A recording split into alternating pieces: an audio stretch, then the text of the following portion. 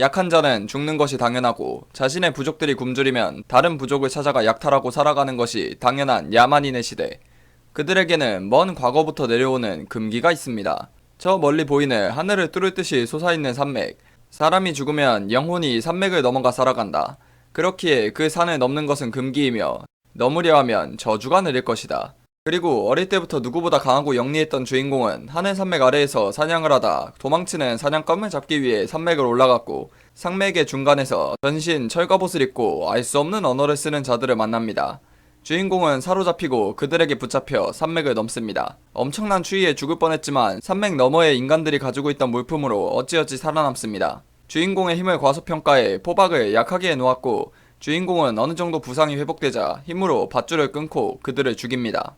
이미 위치는 산맥의 중간. 주인공은 자신의 부족으로 돌아갈 것이냐, 금기인 산맥 너머로 갈 것이냐, 선택의 기로에서 나이가 어린 주인공은 왕성한 호기심을 참지 못하고 산맥 너머의 세상, 문명인들의 세계로 떠납니다. 오늘 리뷰할 소설은 바바리안 퀘스트입니다. 저는 이 소설을 완결까지 보았습니다.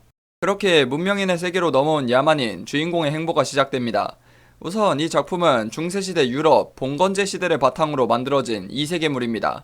마법과 오러는 존재하지 않고 전쟁이나 분쟁도 지극히 현실적인 숫자로 이루어집니다. 그동안 많은 판타지물을 보시던 분들은 답답하다고 느끼실 수 있습니다.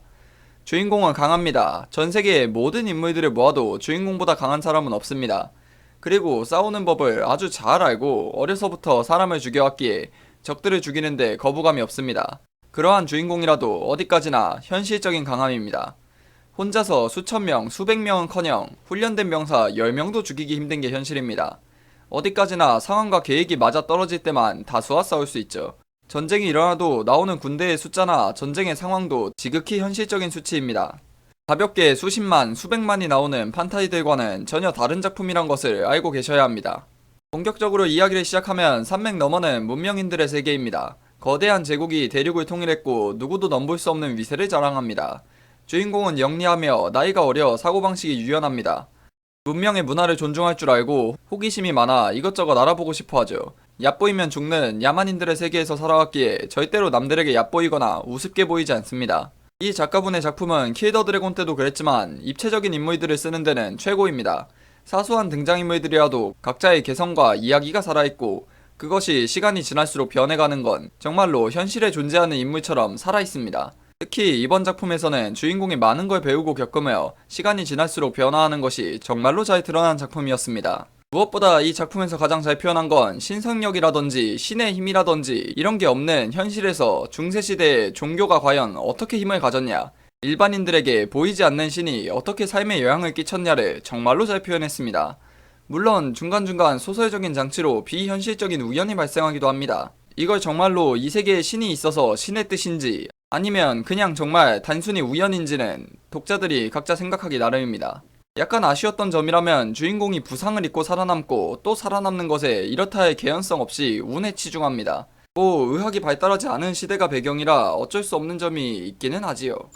주인공이 싸움을 하는 전사다 보니 아무래도 계속 싸움이 있는 전쟁터로 가는데, 과거 마법과 오러가 없는 현실에서 어떻게 위인들이 영웅이 되고 전설이 되는지, 어떻게 고작 한 명이 전쟁의 판세에 영향을 줄 수 있는지를 정말 현실적으로 잘 표현했습니다. 세계관은 킬 더 드래곤 때는 스토리의 세계관을 녹여내지 못해서 아쉬웠는데 이번에는 확실히 스토리의 세계관을 녹여내서 좋았습니다.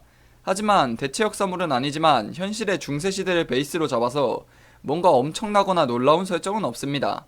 하지만 이 소설만의 세계관을 확실하게 짜놓았죠. 이 작가님의 작품은 늘 결말을 예상할 수 없습니다. 상황이 단순하지 않기 때문이죠.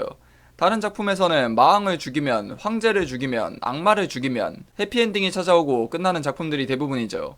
하지만 이 작품은 킬 더 드래곤 때도 그랬지만 무언가 해낸다고 모두가 행복해지는 결말은 오지 않습니다. 문제를 해결하면 다른 문제가 생기고 다른 문제를 해결하면 또 다른 문제가 생기는 너무나 현실적인 스토리입니다. 그렇기에 호불호도 갈리는 작품이죠. 어쩌면 여러분이 원하는 소설은 아닐지도 모릅니다. 워낙 많은 입체적인 인물들의 이야기가 한 가지 스토리에 겹치기 때문에 순수하게 재미있게, 순수하게 시원하게 스토리가 흐르진 않습니다. 그 이유가 확실한 고구마이지만 이유가 있다고 답답하지 않은 건 아니죠. 그렇지만 정말 현실적이고 깊이 있는 작품을 원한다면 결코 후회하지 않을 겁니다. 마지막으로 히로인은 없습니다. 뭐 히로인 비스무리한 것도 없고 주인공은 야만인이고 성매매가 활성화되어 있는 중세시대 배경이라 고자라든지 그런 것도 당연히 아니지요.